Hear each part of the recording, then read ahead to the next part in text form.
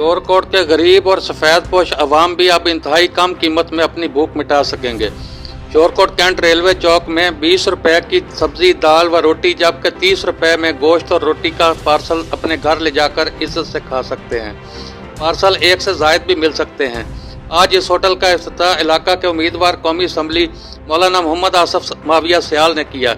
उन्होंने अपने बयान में कहा कि तहसील शोरकोट और अहमदपुर सियाल में इस तरह के 17 होटल मुखैर हजरात के ताबन से बनाए गए हैं, जहां से लोग खाना ले जा रहे हैं।